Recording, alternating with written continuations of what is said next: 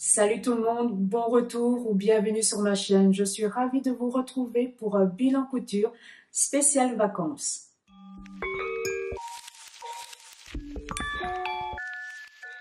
Dans ce bilan couture, je vous présente les nouvelles tenues que j'ai cousues pour ces vacances qui sont malheureusement déjà finies pour moi. Cette année, je me suis prise vachement à l'avance. J'ai pris le temps de réfléchir aux tenues que je souhaitais porter. J'ai créé les tableaux d'aspiration sur mon Pinterest où chaque sous-tableau correspondait à une catégorie de vêtements. Petite parenthèse, sachez qu'à chaque saison, mes tableaux sont disponibles en public sur mon compte Pinterest Made by Annika. Ce sont des tableaux qui évoluent beaucoup au fil des saisons et donc si vous êtes en manque d'inspiration, allez jeter un œil et si ça vous plaît, vous pouvez vous y abonner. J'ai pris le temps aussi de sélectionner les tissus et les patrons. Je ne vous cache pas que vers les dernières semaines, mes plans ont beaucoup évolué à cause des sorties de nouveaux patrons ou tout simplement parce que j'avais changé d'avis. Je pense que cette façon me correspond et me permet d'avoir une couture beaucoup plus cool. J'ai évidemment planifié trop de projets, beaucoup trop, et je n'ai pas tout cousu évidemment.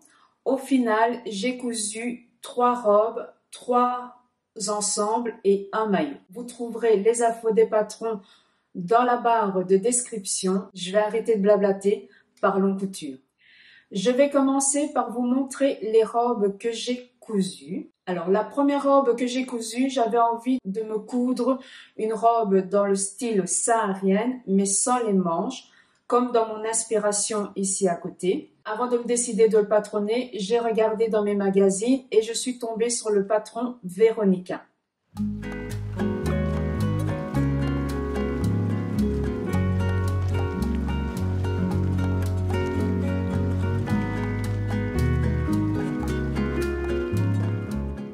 C'est un patron qui présente différentes versions. Vous pouvez la coudre en version combi pantalon, combi short, robe ou blouse. Elle est sans manches. Elle a des poches plaquées au niveau de la poitrine et des poches au niveau de la couture rabat. Et elle se ferme avec une patte de boutonnage style polo. Comme c'est une robe coupe droite, j'ai dû grader entre plusieurs tailles. J'ai pris la taille L pour la tour de poitrine, la taille XL pour le tour de taille et la taille double XL pour le tour de hanche et j'ai pris la longueur de la taille M. Je l'ai cousu dans la ramie et j'ai utilisé 2 mètres de tissu. Je n'ai pas cousu les poches plaquées au niveau de la poitrine ni celles des côtés. Je n'ai pas rencontré de difficultés au niveau de la couture. Le poids technique est au niveau de la patte polo. Fibremood demande de thermocoller les 2 pattes. Je pense avoir utilisé un thermocollant un peu épais. Et du coup, mes pattes de boutonnage sont un peu rigides et ça crée une petite épaisseur sur le bas de la patte. Petit conseil, thermocoller la partie basse de la robe au niveau de la base de la patte de boutonnage comme sur la photo ou à la jonction des jambes si vous décidez de réaliser la version combi. Cela permet de solidifier la découpe. En fait, le montage de la patte polo ressemble à celle de la poche passepoil. C'est une robe que j'ai portée la journée pour visiter et franchement, elle est super agréable au porter. J'ai redécouvert le patron grâce à l'inspiration Pinterest parce que honnêtement, je n'avais pas vu le potentiel de ce patron. L'autre version qui pourrait me tenter est la version combi pantalon. Mais je ne sais pas trop dans quel tissu je pourrais la coudre. Je me poserai la question au moment voulu. Ce patron n'était pas du tout prévu dans ma to-do list. Elle s'est rajoutée naturellement. J'ai cousu le patron Chloé.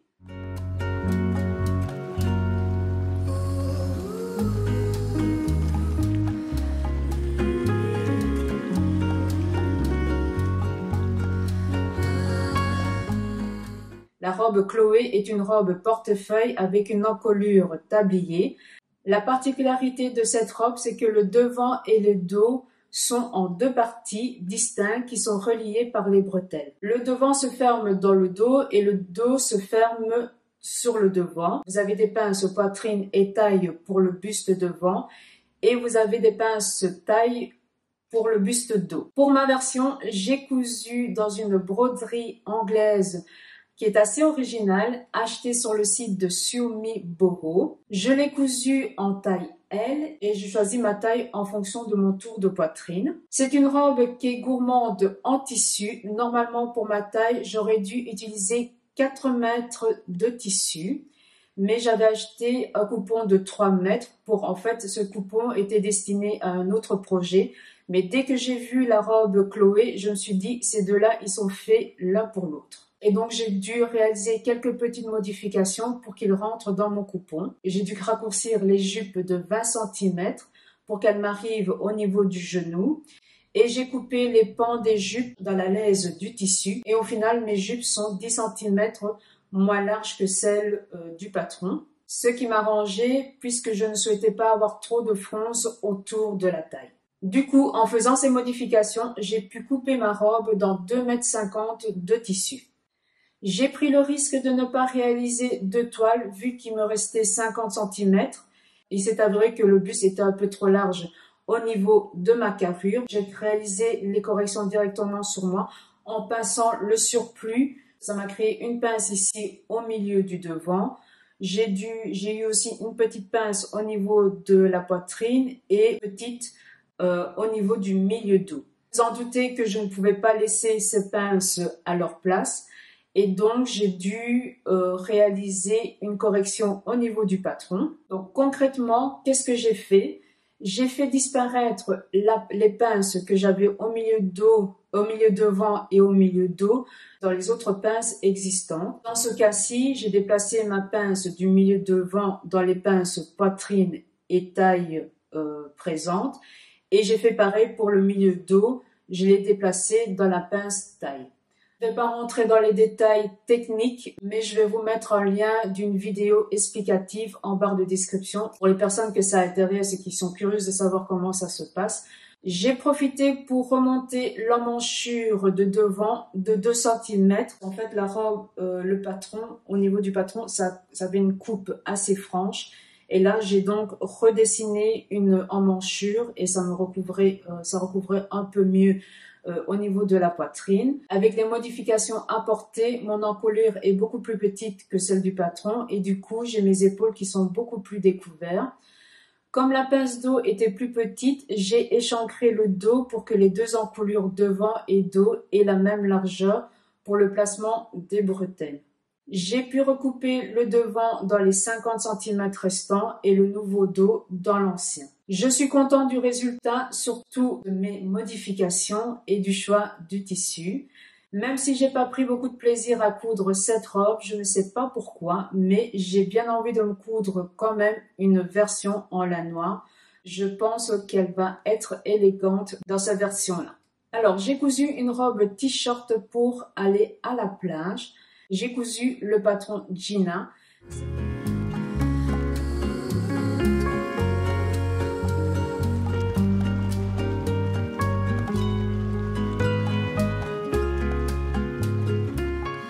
C'est un patron de t-shirt classique, ample aux manches raccourcies. Pour ma version, j'ai cousu la taille XL et j'ai allongé le t-shirt de 40 cm.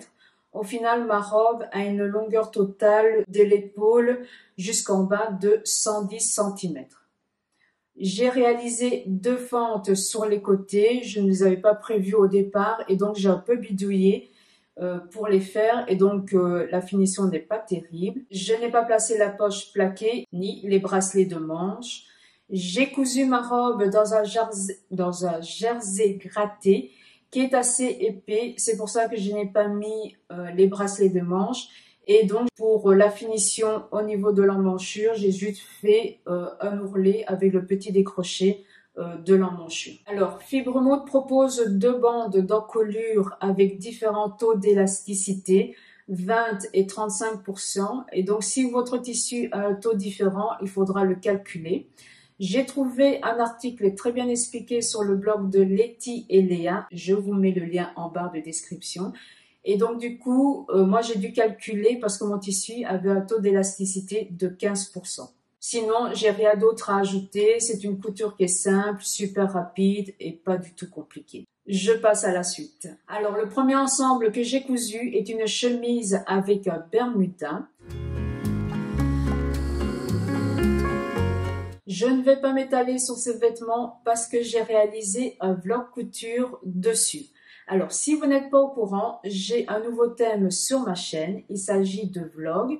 Ce sont des vidéos axées sur la couture qui met en avant les étapes de montage du vêtement. Je partage mes astuces, mes points techniques et vous avez vraiment une vue sur les finitions. Ce type de vidéo me permet d'être un peu plus présente sur YouTube et je prends beaucoup de plaisir à tourner ces vlogs et ça me fait encore plus plaisir parce que j'ai des très bons retours de votre part. Si vous n'avez pas encore eu l'occasion de voir ces vlogs, je vous invite chaleureusement à aller jeter un œil et me dire en commentaire ce que vous en pensez. Du coup, ces deux pièces, je les ai emportées dans ma valise et finalement, je ne les ai pas portées ensemble, mais plutôt séparément.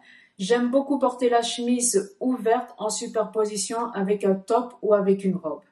Le deuxième ensemble que j'ai cousu est un short avec un top.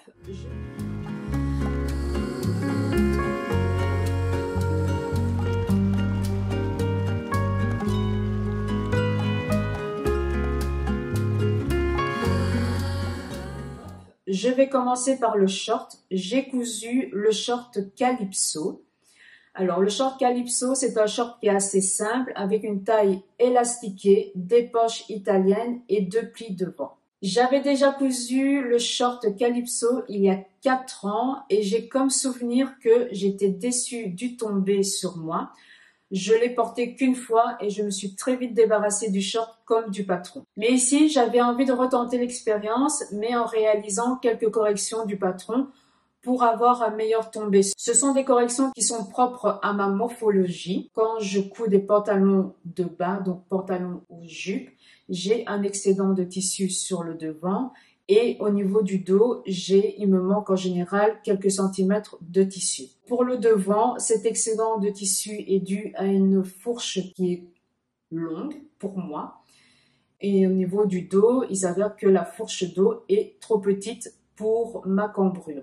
Ce que je dois faire d'office, je dois enlever 2 à 3 cm sur le milieu devant et je dois rajouter 2 à 3 cm sur le milieu dos. Ce sont vraiment des modifications que je dois réaliser d'office et qui me sont personnelles. Alors, avec le short Calypso, j'ai profité aussi pour créer des pinces dans le dos pour diminuer les fronces. J'ai cousu mon short en taille 42 dans un jacquard et avec les corrections apportées et le poids du tissu, le short tombe mieux. Ce short, je l'ai surtout porté le soir comme il était un peu épais. Et pour accompagner mon short, j'ai cousu le patron Sonora d'Atelier 8 avril. C'est un patron qui peut être décliné en robe ou en top. C'est un modèle dos nu. Vous avez la possibilité de le coudre avec un décolleté très profond et un autre moins profond. Vous avez 2 tailles de bonnet. La taille 1 correspond au bonnet A jusqu'à C et la taille 2 du bonnet D à E. C'est un patron qui est sorti fin juin, je pense, et dès que je l'ai vu, j'ai craqué sur la version top. Il est vraiment sorti au bon moment. J'ai réalisé la version top, bonnet 2, décolleté profond en taille 48 dans un lin viscose. Alors, c'est une première pour moi, les patrons de cette marque. Vous avez la possibilité de soit suivre le montage avec le livret ou avec la vidéo. En ce qui concerne le livret, je dois avouer que j'étais surprise et déçue par la simplicité et la façon dont il a été écrit. Les explications sont écrites l'une à la suite de l'autre avec des paragraphes pour les étapes et avec peu de photos. J'ai vraiment pas trouvé ça agréable à suivre. Je me suis rabattue sur le montage vidéo. Je suis la marque sur Insta depuis son lancement et lorsque je vois le feed de sa page Insta, l'originalité des modèles et la beauté de ses pochettes patrons, je suis assez étonnée de voir cette simplicité au niveau de la version PDF pour le patron Sonora. Je trouve qu'il y a, pour le patron Sonora, je trouve qu'il y a un décalage. Malheureusement, je remarque au montage que l'enregistrement s'est arrêté en plein milieu de mon laïus. Décidément, ce bilan m'aura causé des petits problèmes techniques. Soit, je continue. Je disais donc que j'ai pris le risque de coudre directement sans faire de toile. Je suis vraiment contente du fit de la blouse. La petite modification que je réaliserai la prochaine fois, j'approfondirai un peu plus les bonnets pour être plus à l'aise, mais ça c'est une correction qui est propre à ma morphologie. Même si j'étais un peu déçue pour le livret, je suis vraiment contente du patron et j'ai bien envie d'acheter un autre patron de cette marque en version pochette. Si je me décide, je vous le présenterai sous format vlog. Le dernier ensemble que j'ai cousu est un ensemble pour la plage. J'avais envie de retenter l'expérience de la double gaze. J'ai cousu le short Albi de la marque Style Arc et le kimono XXY du livre Inspiration Streetwear.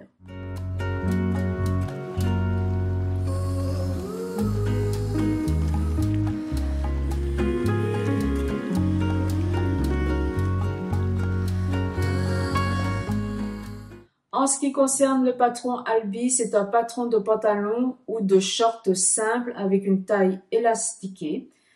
C'est aussi une première pour moi avec cette marque. Bon, je n'ai pas grand-chose à vous dire à son sujet. C'est un modèle qui est simple, qui n'est pas fort compliqué à coudre.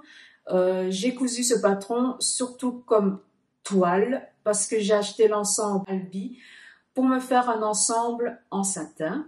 J'ai cousu la taille S, j'ai cousu la taille 16 et il taille bien. Par contre, j'ai un peu plus de choses à vous dire au sujet du kimono XXY. C'est un kimono qui est très oversize avec les épaules qui tombent super basses au niveau du coude avec des manches qui sont très larges. Je n'ai pas cousu les manches, j'ai juste ajouté un bracelet de manches de 5 cm pour la finition. Je n'ai pas thermocollé la bande d'encolure comme c'était indiqué dans le patron et j'ai fait une version courte. Alors la double gaze dans ce style d'ensemble décontracté, je dis un grand oui. C'est super agréable à porter et vraiment top pour aller à la plage. Je pense que je vais introduire avec plaisir la double gaze pour ce style de vêtements un peu ample et décontracté pour l'été prochain. Alors la dernière pièce que je vais vous présenter est un maillot. Je ne suis pas spécialement attirée par la couture de maillot, mais cette année j'avais envie de m'en coudre un. Je pense que c'est le deuxième que je couds depuis que j'ai commencé la couture, il y a maintenant 6 ans si je compte bien. Le premier maillot que j'ai cousu était 2 pièces et ici j'avais envie d'essayer de coudre un maillot, une pièce.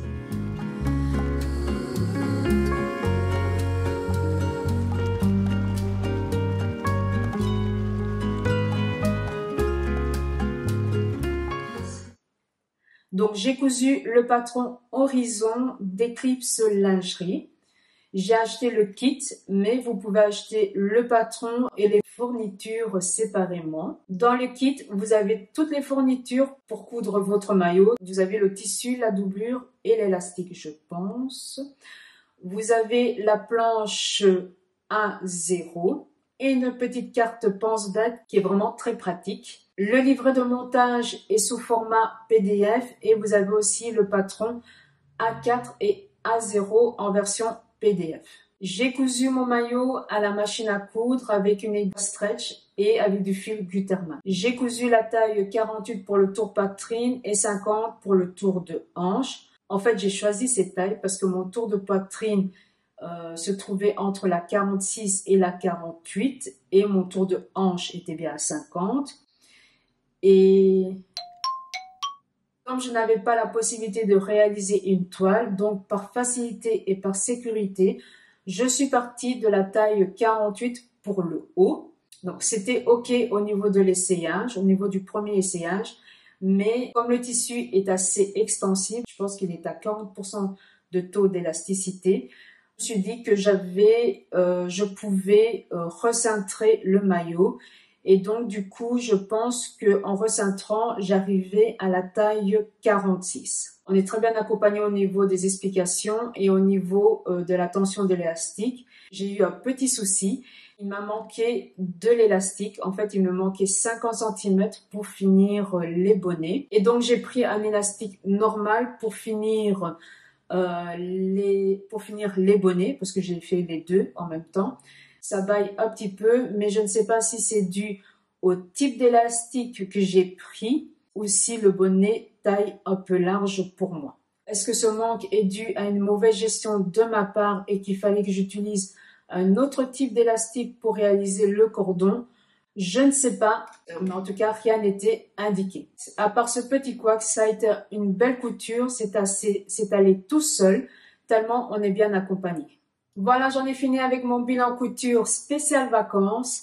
J'espère que les vêtements que je vous ai présentés vous ont plu et inspireront vos prochains projets. Je n'avais pas comme objectif de partir uniquement avec des vêtements cousus main, mais c'est avéré que ça a été le cas. Je ne me rends pas spécialement compte que mon dressing se remplit de plus en plus avec des vêtements que j'ai cousus. C'est un truc que je ne fais pas trop attention parce que j'aime toujours faire du shopping. Certes, j'achète moins et je couds selon mes envies et pas dans le but de porter uniquement des vêtements cousus main. Mais bon, il fallait s'en douter après autant d'années de couture intensive. Sur ce, je vais clôturer mon bilan couture. N'oubliez pas de liker la vidéo pour montrer que vous l'avez vue. Et si vous avez un peu de temps, me laissez un petit commentaire et me dire si vous êtes arrivé à coudre pour vos vacances ou si c'est pas votre truc. En attendant le prochain bilan couture, de nouveaux vlogs couture vont bientôt arriver sur ma chaîne. Allez, à plus!